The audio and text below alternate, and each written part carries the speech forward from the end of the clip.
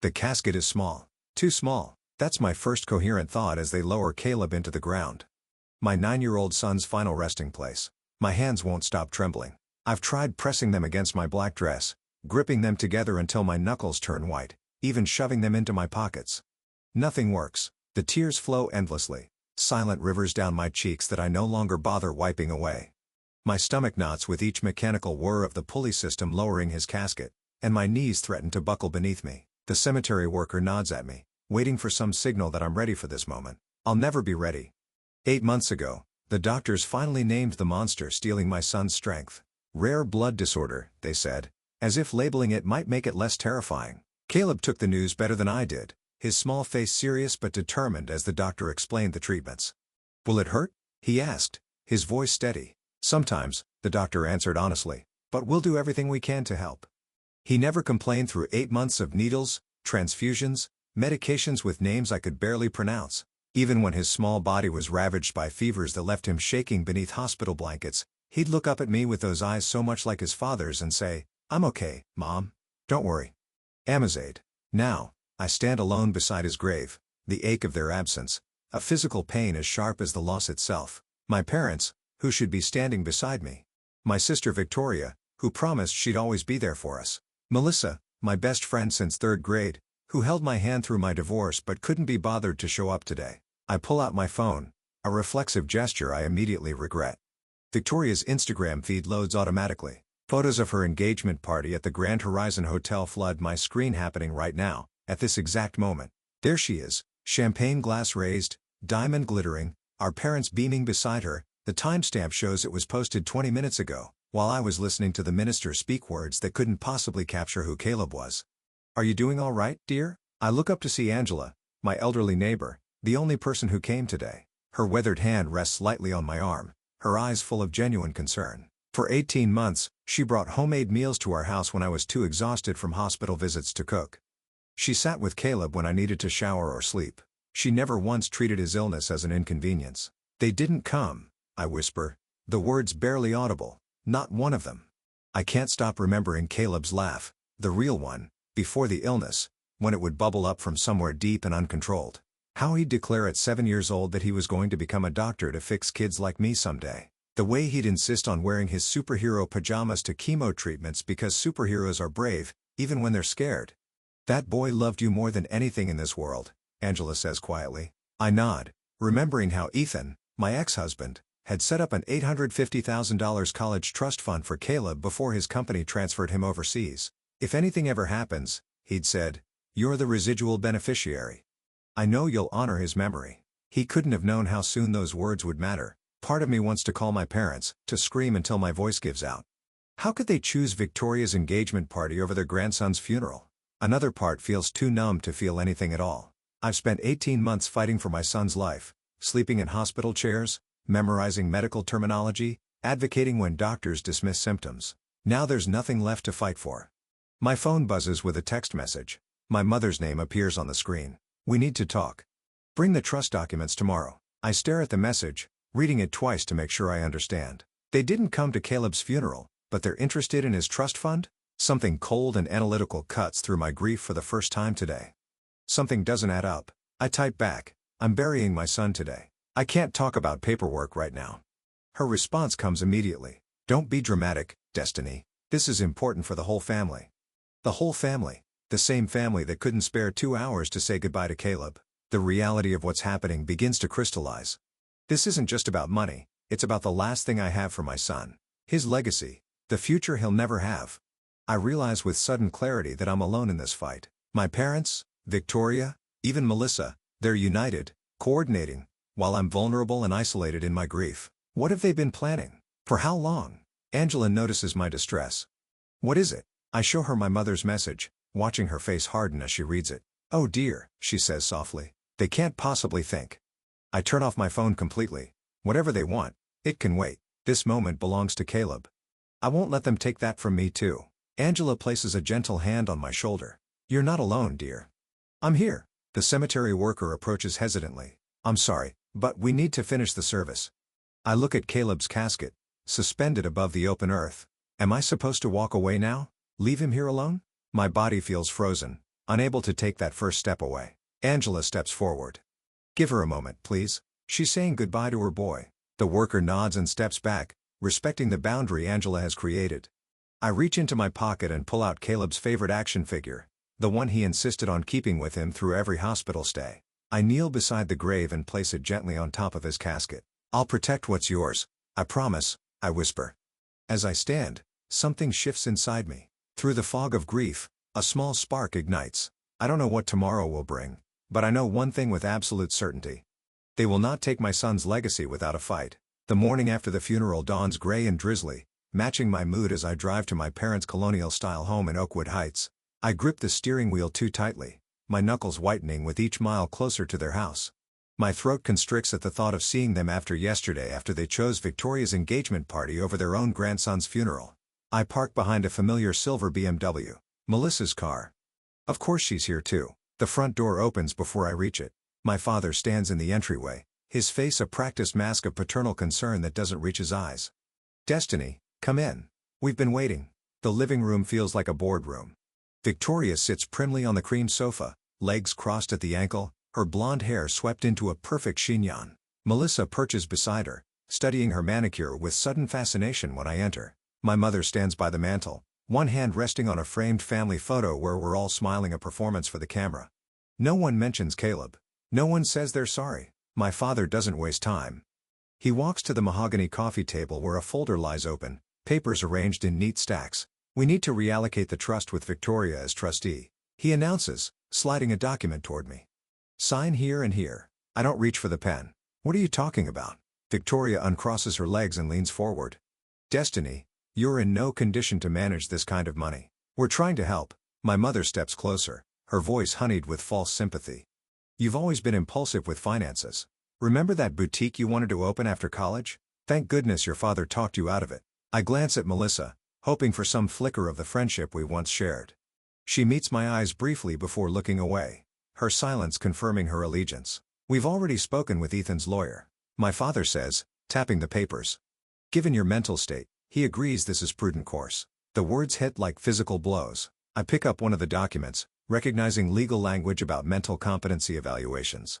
Another page catches my eye, research on trust law dated 14 months ago, when Caleb was first hospitalized. You've been planning this since Caleb got sick, I whisper, the realization burning through me.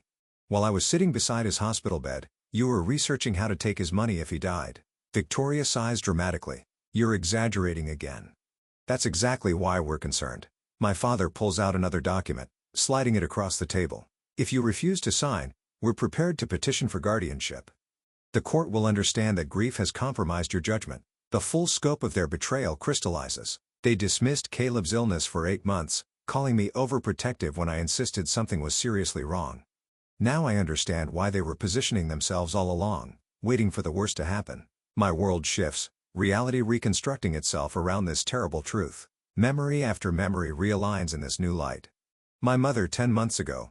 It's probably just anemia. Destiny, you always make mountains out of molehills. My father, when Caleb needed specialized treatment, these doctors are taking advantage of your anxiety. He just needs vitamins.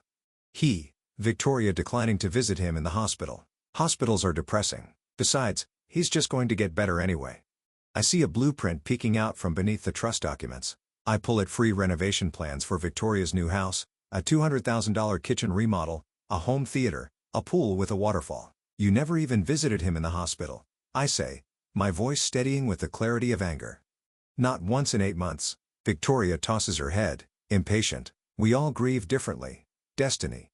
Some of us just handle it better. The casual cruelty of her words stuns me. For the first time, I see my family clearly, not as the loving support system I've desperately tried to believe in, but as people who view Caleb and me as props in their perfect family image. Useful only when convenient. Why now? I ask. Why the sudden urgency? Victoria exchanges glances with my parents. Something passes between them. A silent communication that excludes me as it always has. Fine. You deserve to know, Victoria says finally. Robert's development company is facing some cash flow issues. The wedding might need to be postponed unless we secure additional funding.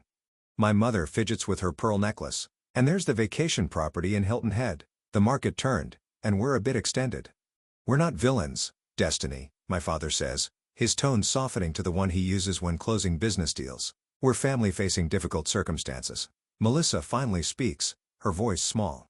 My divorce will be final next month. Victoria promised me a position at Robert's company. I need this, Destiny. I have the twins to think about. I see them now, not cartoon villains, but frightened people willing to sacrifice me, to maintain their lifestyles, their status, their comfort. If you don't sign, we'll have to take more drastic measures, my father warns, his kindly mask slipping. My mother reaches for my hand. After everything we've done for you and Caleb all these years, I almost laugh. What exactly have they done? Sent birthday cards with $20 bills? Called once a month to ask superficial questions about our lives? Don't make this harder than it needs to be, my father says, voice hardening. You're not thinking clearly. Victoria checks her watch. We need this resolved within 60 days before Robert's next project financing deadline. The desperation in their eyes tells me everything. They need Caleb's money, my money now, to solve their problems. I stand, gather the documents, and place them back in the folder. I need time to think, I say, heading for the door. Destiny. My father's voice carries the sharp edge I remember from childhood arguments. Don't walk away from this table. I close the front door behind me with quiet finality. In my car, I press my forehead against the steering wheel, overwhelmed by what just happened. My phone buzzes with a text from Angela. How did it go? I'm here if you need to talk. Before I can respond, another call comes through Ethan's parents. I answer with shaking hands. Destiny, dear. Martha's voice is warm with genuine concern. We just heard about the funeral. We're so sorry we couldn't be there. We were in Europe and just got the news. We love that boy so much, George adds, his voice breaking. Their grief sounds real, their concern authentic, unlike the calculated performance I just witnessed from my family. As I hang up, I remember something Ethan mentioned when setting up Caleb's trust. If you ever have questions, contact Richard Donovan. He's the best trust attorney in the state. For the first time today, I feel a flicker of hope. I'm not alone in this fight. Angela, who saw how I cared for Caleb every day. Ethan's parents, who loved him without condition. Richard Donovan, who knows exactly what Ethan intended for Caleb's money. I start the car, my decision made. I won't try to fight this battle alone. I reach for my phone and find Richard Donovan's number in my contacts. Mr. Donovan's office? A receptionist answers. I need to speak with him immediately, I say, surprising myself with a steadiness in my voice. It's about the Caleb Walker Trust. That same day, the law office of Richard Donovan gleamed with polished wood and leather-bound books. I clutch my folder of documents so tightly my knuckles turn white. After 2 sleepless nights researching trust law online, I'm still not sure I understand what rights I have or how my family could attempt to take Caleb's legacy from me. Richard rises from behind his mahogany desk when his assistant shows me in. He's older than I expected, with silver hair and reading glasses perched on his nose. His handshake is firm, his eyes kind but assessing. Mrs. Walker, please have a seat. I'm very sorry about your son. Thank you. My voice catches. I've heard those words dozens of times in the past week, but his tone carries genuine empathy rather than obligation. I slide the folder across his desk. These are all the documents I have about Caleb's trust. My ex-husband Ethan set it up before his company transferred him overseas. Richard opens the folder, scanning the contents with practiced efficiency. He nods occasionally, pausing to read certain sections more carefully. The silence stretches until I can't bear it. My family wants me to sign over control of the trust. They claim I'm not mentally stable enough to manage it because of my grief. The words taste bitter on my tongue. They didn't even come to Caleb's funeral. Richard looks up sharply. They didn't attend the funeral? No. My sister Victoria had her engagement party the same day. My parents and my former best friend Melissa chose to go to that instead. He removes his glasses, pinching the bridge of his nose. I remember when Ethan set up this trust. He was very specific about his intentions. Richard opens his desk drawer and pulls out a manila folder with Ethan's name on the tab. My breath catches. I wasn't expecting him to have separate records. Ethan was exceptionally thorough.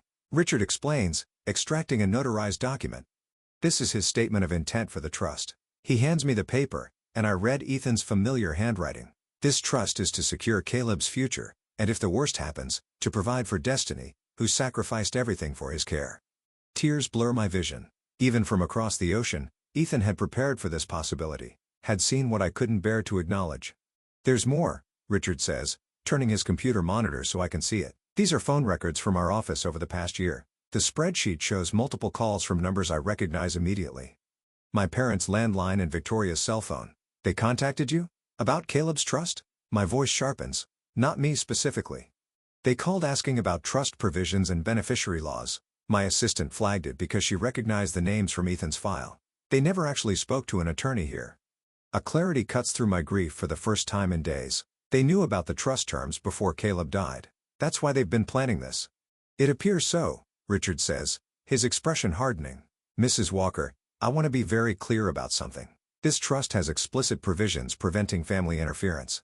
Ethan built in multiple layers of protection specifically to ensure the funds would go to Caleb or to you as the residual beneficiary. They have no legal standing to challenge this. The trust is ironclad. The weight pressing on my chest lightens slightly. So they can't take it? Not legally, no. But they might try other tactics. Claiming you're mentally unfit due to grief, for instance. I think of my mother's dismissive text message at the funeral. Victoria's cold calculation. My father's uncomfortable silence as they presented papers for me to sign. So I don't need to fight them for the trust, I say slowly. The piece is coming together. I just need to prove their intentions. Richard's eyes narrow thoughtfully. That would certainly strengthen your position. Do you have any documentation of their attempts to gain control? I pull out my phone, showing him my mother's text messages from the funeral day. His eyebrows rise as he reads. This is extremely helpful, he says. Now, I suggest we arrange a meeting with your family. On your terms, in a public place. 2 days later, I sit at a corner table in Riverside Coffee, a manila envelope placed deliberately in front of me. The shop bustles with afternoon customers, exactly as I'd hoped. Richard's advice echoes in my mind. Public places discourage scenes, control the narrative from the beginning. Ask. Angela waits in her car across the street, ready if I need backup. Richard is on standby for a call. For the first time since Caleb's diagnosis, I don't feel completely alone. My family arrives together, Victoria leading the procession in designer sunglasses, my parents following like attendants. Melissa trails behind, avoiding my eyes. They take seats around the table without ordering drinks, clearly expecting this to be brief. Victoria immediately reaches for the manila envelope. So you've signed the papers? I knew you'd be reasonable. I place my hand firmly on the envelope. Before we discuss any papers, I want to know why none of you came to Caleb's funeral. My mother sighs dramatically. Destiny. We've been through this. Victoria's engagement was planned months ago. We couldn't cancel everything on such short notice. It was your grandson's funeral, I said quietly. And we grieved in our own way, my father replies, glancing nervously at nearby tables. Everyone processes loss differently. I open the envelope and slide out several photos, screenshots from Victoria's Instagram, timestamped during Caleb's funeral. Champagne glasses raised, diamond ring flashing, everyone laughing. While I was burying my son, you were drinking champagne and laughing. My voice remains steady, but people at nearby tables glance over. Victoria's face flushes. You're taking those out of context. That's not fair. I pull out a second document from the envelope, the notarized trust terms with no amendment without grant or consent, highlighted in yellow. Ethan made his intentions very clear. This money is Caleb's legacy to me. My father reaches for the papers. Let me see that. I pull them back before he can grab them. I've spoken with Richard Donovan. He has Ethan's original statement of intent. The trust cannot be modified, transferred, or accessed by anyone but me. Victoria's carefully composed expression cracks. You don't deserve that money. You'll just waste it. Her voice carries. Several customers turn to stare. Lower your voice. My mother hisses. Why? I ask, looking directly at Victoria. Are you worried people will hear how you tried to take advantage of your grieving sister? How you couldn't be bothered to attend your nephew's funeral but want his college fund? Victoria stands abruptly. This is ridiculous. We're trying to help you. I don't need your kind of help, I say, gathering the papers back into the envelope. I'm not signing anything. Ever. My father leans forward, voice low and threatening. You're making a mistake, Destiny. We can make things very difficult for you. You already have, I reply, standing. For my entire life. But not anymore. I walk out, feeling their stares burning into my back. Outside, Angela waits in her car, window rolled down. When I slide into the passenger seat, she gives me a proud smile. You stood up to them. Good for you. My phone rings, Richard calling for an update. How did it go? He asks when I answer.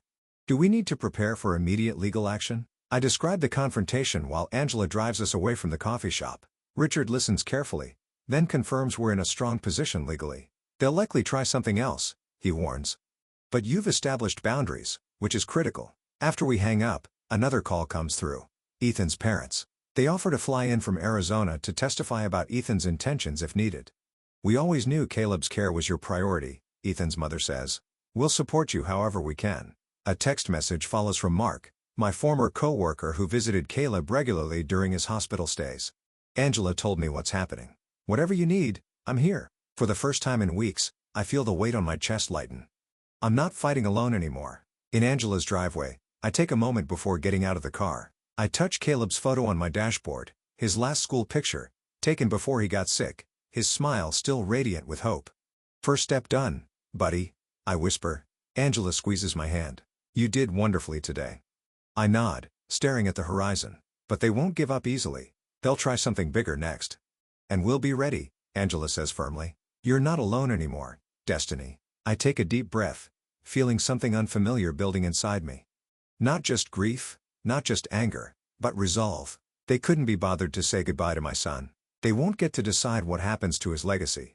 3 days after the coffee shop confrontation, I spread documents across Richard Donovan's mahogany desk, my hands steady as I arrange them into neat piles. Grief still pulses beneath my skin, but something else has emerged alongside it, a cold, clear objectivity that surprises me with its intensity. They'll file for guardianship, Richard says, tapping a finger against a legal brief.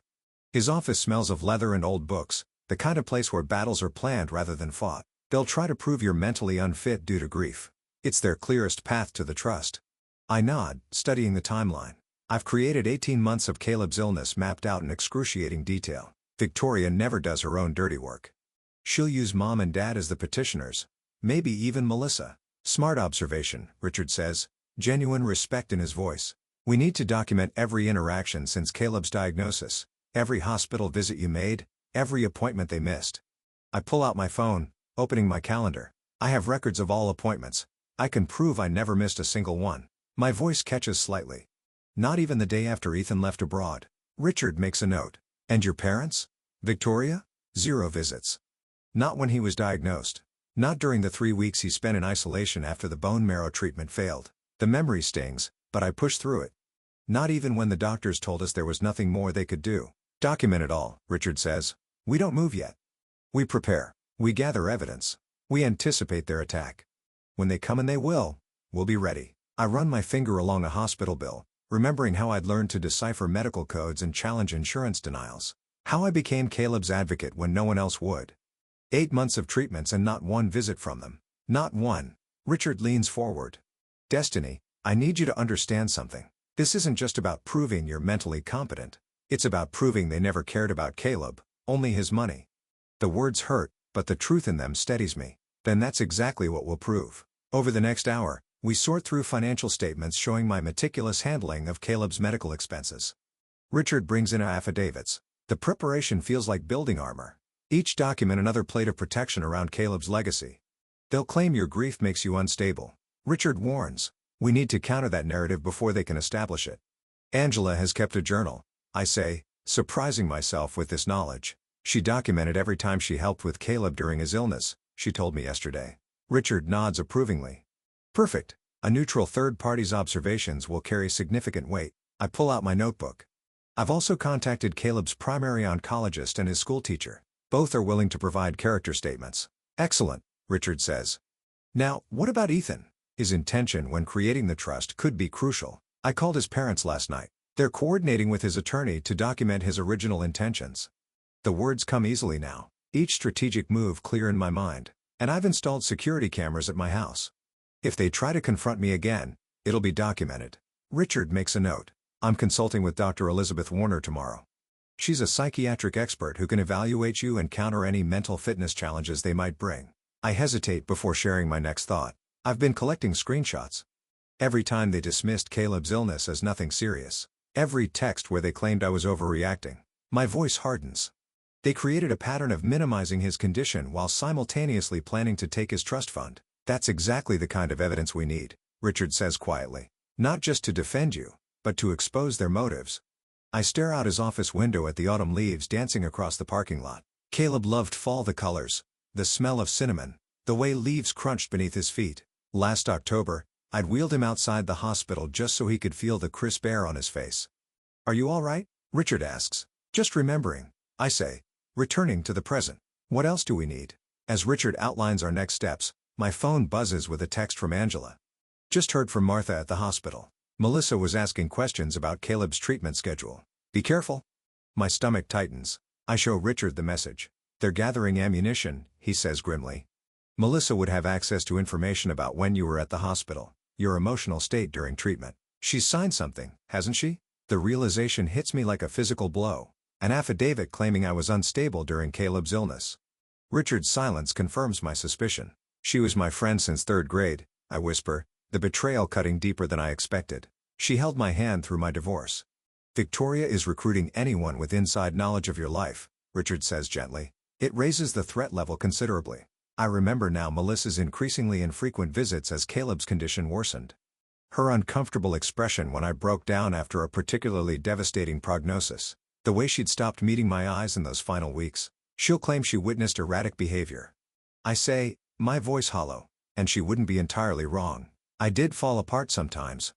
Who wouldn't? For the first time since our strategy session began, doubt creeps in. Maybe they're right. Maybe I am falling apart. I glance at my trembling hands. Look at me. Don't, Richard says firmly.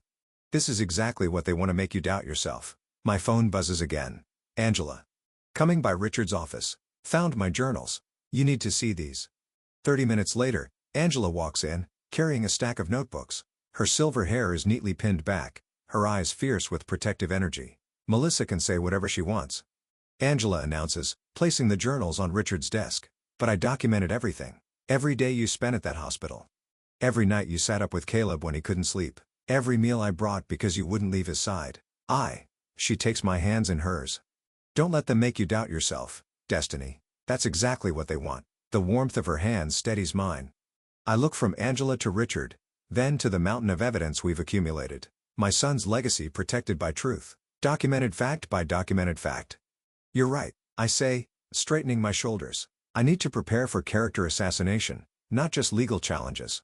As I organize Angela's journals into our evidence pile, I realize we're creating a monument to the truth of who really stood by Caleb when it mattered and who didn't. Later that evening after Angela left, my hands shook as I taped the last photo to the evidence board in Richard's office. It shows my parents at Victoria's engagement party, champagne glasses raised in celebration exactly 42 minutes after Caleb's casket was lowered into the ground.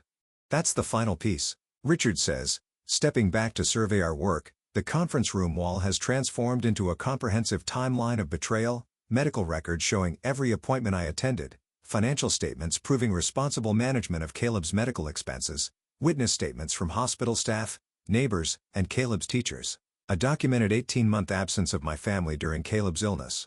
Will it be enough? I ask, straightening a document that details Victoria's unauthorized access to Caleb's medical files. Richard adjusts his glasses, his expression serious but confident. They'll file for emergency guardianship claiming you're mentally unfit, but we've anticipated every argument they could make. He taps the notarized statement from Ethan's parents. This alone makes their position legally tenuous. I trace my finger along the timeline we've created. 8 months of hospital visits, countless nights sleeping in uncomfortable chairs beside Caleb's bed, the treatments, the hopes, the setbacks, all documented with meticulous care. I never thought I'd need to prove I was a good mother. I whisper, you shouldn't have to, Richard says, placing a supportive hand on my shoulder. But people who want what isn't theirs will create whatever narrative serves them. As if on cue, my phone buzzes with a text from Angela. I read it aloud. 23 neighbors signed the character petition. A small victory, but each one strengthens our position. I've spent the past week gathering an arsenal of truth against my family's inevitable attack. Security cameras now monitor my home, recording any uninvited visits. I've documented every text, every voicemail, every social media post where Victoria subtly questions my mental state. They're painting me as unstable. I say, staring at Victoria's recent Facebook post asking for prayers for family members struggling with mental health issues after loss. The comment section overflows with sympathetic responses, none mentioning that she didn't attend her nephew's funeral. Richard nods grimly. Classic strategy. They can't win on legal grounds, so they're trying to win in the court of public opinion first. The phone on his desk rings. Richard answers, his expression darkening as he listens. I see. Thank you for letting us know. He hangs up and turns to me. That was my contact at Memorial Hospital. Someone requested Caleb's complete medical records yesterday. My stomach drops. Who? Victoria used an old emergency contact form to gain access. The room seems to tilt slightly. They'll twist everything. I say, my voice rising. They'll find the one time I questioned a medication dosage or got emotional with a nurse and use it to make me look incompetent. They're getting desperate, Richard says. This confidentiality breach shows how far they're willing to go. I grip the edge of the table to steady myself. What else are they doing that we don't know about? Richard opens his laptop. Let's find out. He types quickly, then turns the screen toward me. They've been calling your former colleagues at the marketing firm. A LinkedIn message from my old supervisor appears. Destiny, your sister called asking about your emotional stability during your employment. What's going on? Call me. They're building a case against me on every front, I say, the anger finally breaking through my grief. They're trying to erase everything I did for Caleb. Richard closes the laptop. We need to add a defamation counterclaim to our strategy. This goes beyond the trust. Now they're attacking your reputation. I think of Caleb's brave face during treatments, how he never complained even on his worst days. If my 9-year-old could face down death with courage, I can face down my family with the same resolve. Let 'em try. I say, my voice steadier than it's been in weeks. We have something they don't. What's that? Richard asks. The truth, I answer, turning back to our evidence board. Every moment I spent with Caleb, every decision I made for him, every sacrifice, it's all here. They can't erase that. Richard nods approvingly. I'll update our legal response package to include their recent actions. By night, we've refined our strategy, accounting for Victoria's escalating tactics. Richard confirms. Our legal response is complete. Character witnesses prepared, evidence organized, counterclaims ready. Angela calls as I'm driving home. The security system is working perfectly, she tells me. I tested it once again while you were gone. Thank you, I say, feeling a rush of gratitude for this woman who's become more family to me than my actual relatives. Ethan's parents arrive tomorrow. They're bringing documentation about the trust's original purpose. You've done everything possible to protect Caleb's legacy, Angela says firmly. Now we wait for them to make their move. As I pull into my driveway, I realize something has shifted inside me. The paralyzing grief hasn't disappeared, but it's been joined by something else, a fierce, protective anger that burns away the fog of despair. I'm not afraid anymore, I'm angry, and I'm ready. The next morning, the sheriff's knock hits like a hammer. When I open the door, his face is professionally blank as he extends a thick manila envelope. Destiny Walker, you've been served. My fingers tremble as I take it.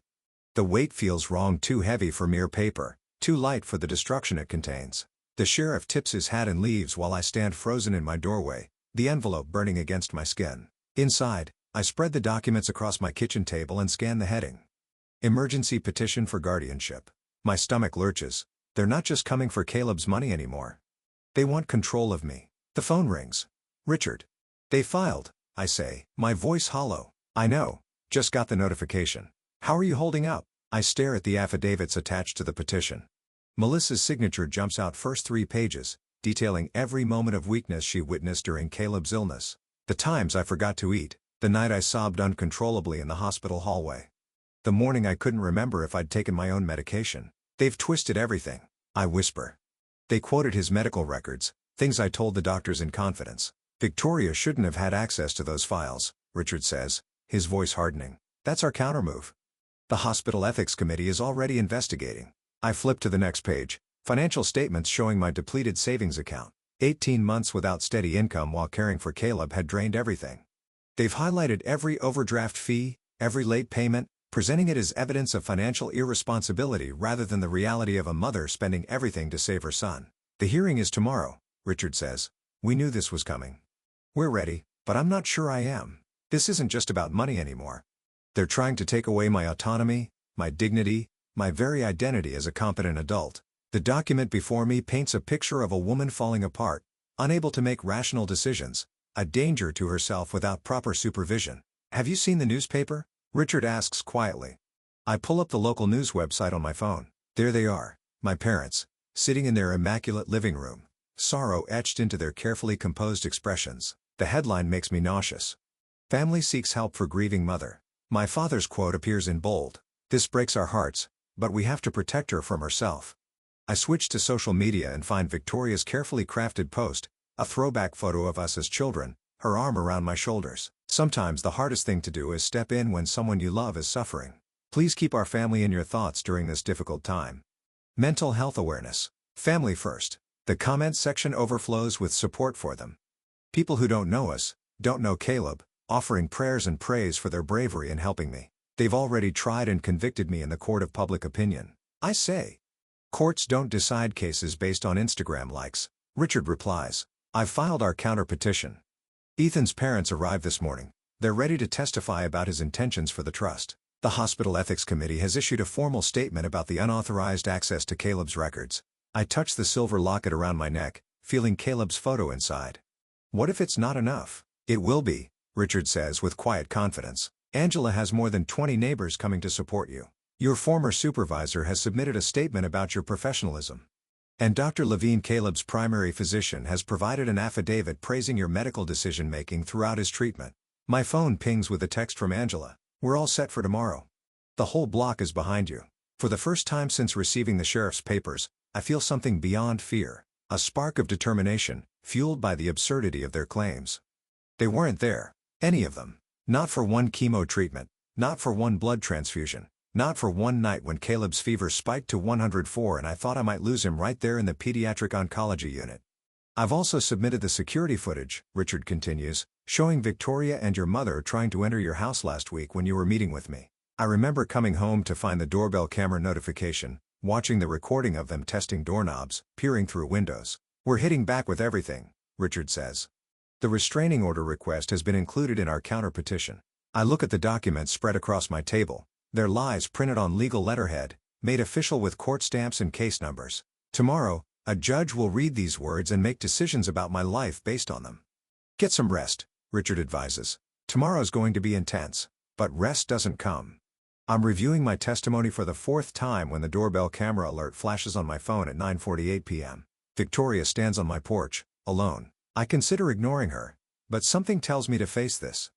I activate the recording function on my phone before opening the door, keeping the security chain latched. What do you want, Victoria? She looks different than at the coffee shop confrontation, softer somehow, her expression concerned rather than confrontational. If I didn't know better, I might believe she actually cares. Can I come in? Just to talk, she asks, her voice gentle. No, her shoulders drop slightly. Destiny, please, this doesn't have to be so public. So ugly. You made it public when you gave that interview. You made it ugly when you accessed Caleb's private medical records. Victoria glances toward the security camera, clearly aware she's being recorded. I'm offering you one last chance to avoid public embarrassment. Drop your opposition to the guardianship petition. Sign over control of the trust to me as administrator.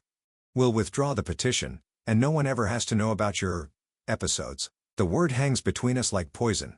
Episodes? The night you called Melissa at 3 a.m., hysterical about Caleb's breathing. The time the hospital nearly called child services because you couldn't remember when he'd last taken his medication.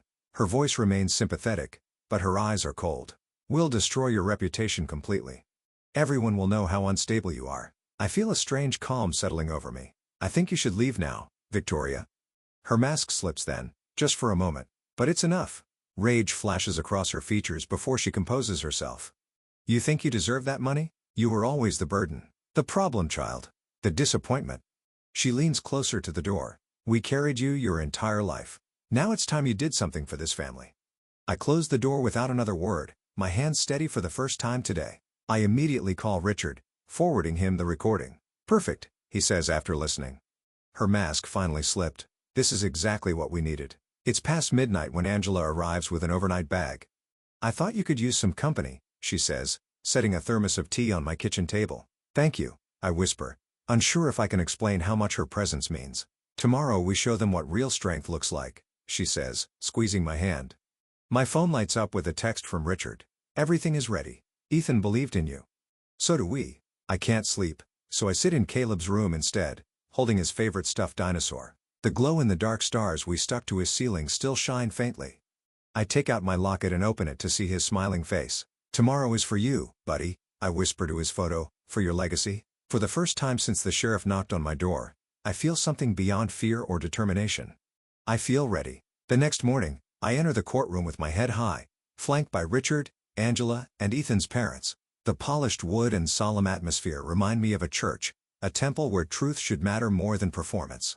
Victoria, my parents, and Melissa sit on the opposite side, their faces arranged in expressions of practiced concern. My stomach knots as I take my seat. It's been 48 hours since the sheriff served me with papers claiming I'm mentally unfit to manage my own affairs, let alone my son's legacy. Richard squeezes my arm gently as we settle at the defendant's table. All rise for the Honorable Judge Marion Peabody. A stern-faced woman in her 60s enters, her silver hair pulled back in a severe bun. She reviews the emergency petition with narrowed eyes before addressing the courtroom. These are serious allegations. I expect both sides to present evidence, not emotion. Her gaze sweeps across both tables. Mr. Harrington, you may begin for the petitioners. Now. Sight of calls. My family's attorney rises, his expensive suit and confident posture reflecting their certainty they'll win. Your Honor, this is a case of a family desperately trying to help a daughter and sister who is spiraling after an unimaginable loss. He walks toward the bench, presenting documents with practiced solemnity. Ms. Walker has exhibited concerning behaviors since her son's passing. Erratic financial decisions. Isolation. Refusal to accept help from those who love her most. I clench my fists under the table as he continues painting me as unstable and dangerous to myself and Caleb's money. When Melissa takes the stand, my chest tightens. Destiny changed during Caleb's illness. She testifies, avoiding my eyes. She became obsessive about treatments, paranoid that doctors were missing something. She'd call me at 3 in the morning, hysterical. The memory of those nights slashes through me sitting beside Caleb's hospital bed, terrified as his fever spiked, reaching out to someone I thought was my friend. My isolation wasn't paranoia. It was abandonment by the people testifying against me now. My mother takes the stand next, dabbing at tears that appear on command. We're heartbroken watching her self-destruct. This isn't about money. It's about protecting our daughter when she can't protect herself. The judge's expression softens at my mother's performance. A cold wave of fear washes over me. She's buying their act. Then Richard stands, and everything shifts. Your Honor, what we're witnessing today is not concern, but calculation. His voice fills the courtroom with quiet authority. Miss Walker hasn't self-destructed. She's been systematically targeted by family members who abandoned her during her son's illness, but suddenly appeared when they learned of his trust fund. He begins methodically dismantling their case, presenting complete hospital records that chronicle every appointment I attended, every treatment decision I researched and approved, every night I slept in a hospital chair. Now I'd like to call Miss Catherine Winters, Hospital Records Administrator. A middle-aged woman with kind eyes takes the stand and confirms what Richard suspected. Our system shows Mississippi. Victoria Walker accessed Caleb's complete medical records 2 weeks ago using an outdated emergency contact form. This constitutes a serious privacy violation. Victoria shifts uncomfortably in her seat as whispers ripple through the courtroom. Angela testifies next, her steady voice carrying decades of wisdom. I watched Destiny care for that boy every single day. When he couldn't keep food down, she researched what might help and stayed up learning to prepare meals that wouldn't make him sick. When he was scared about treatments, she created superhero stories to help him understand what was happening. Her eyes find mine. I never once saw her falter. Ethan's father, Robert, takes the stand next. Though we've never been close, his testimony is clear and certain. My son established this trust with explicit instructions. He told me, Dad, if anything happens to Caleb, Destiny gets everything. She sacrificed her career, her savings, everything to give him the best care possible. She'll honor his memory better than anyone. The judge's expression has changed, her eyes sharper, more focused on my family now. Your Honor, Richard says, I'd like to present one more piece of evidence. He plays the security recording from last night, Victoria's unannounced visit to my home. Her voice fills the courtroom. We'll destroy your reputation completely. Everyone will know how unstable you are. My calm response follows. I think you should leave now, Victoria. Victoria's true colors emerge in her next words. You think you deserve that money? You were always the burden. My sister's face flushes deep red. My mother's hand flies to her mouth.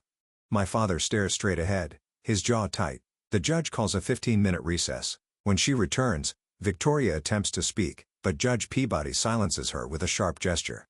Mr. Donovan, do you have additional evidence?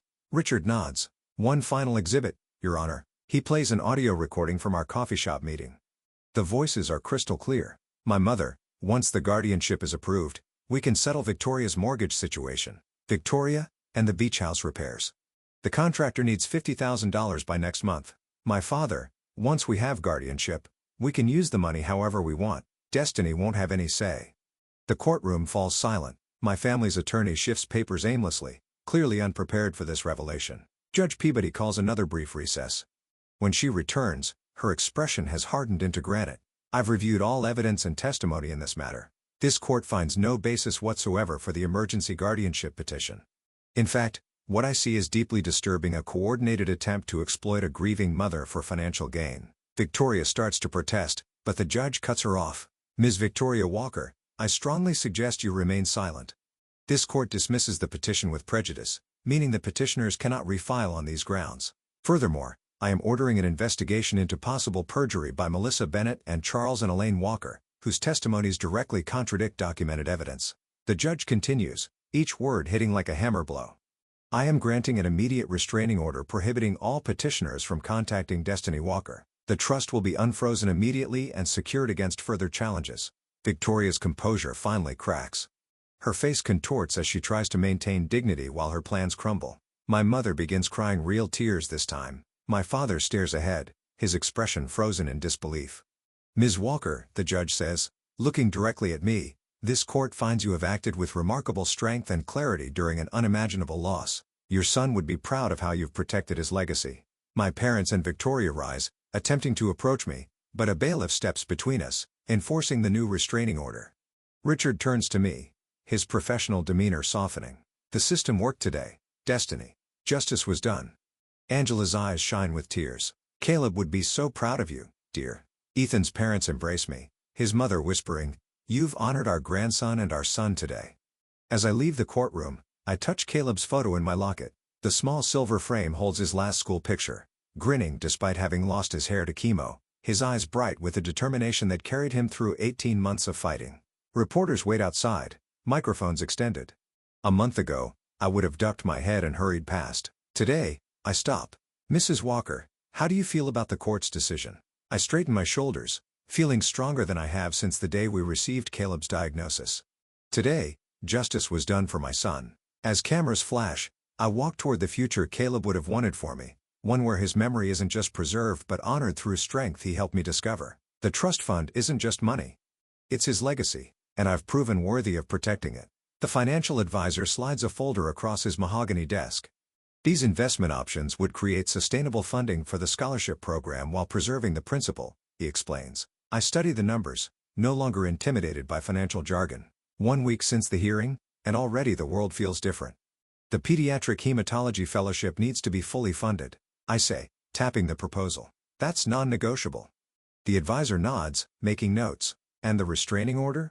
Holding firm. They can't come within 1,000 feet.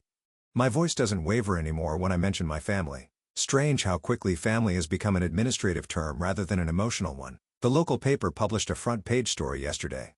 Mother vindicated in trust battle. I've received dozens of supportive calls and messages. Even Victoria's fiancé called to apologize before announcing their engagement was off.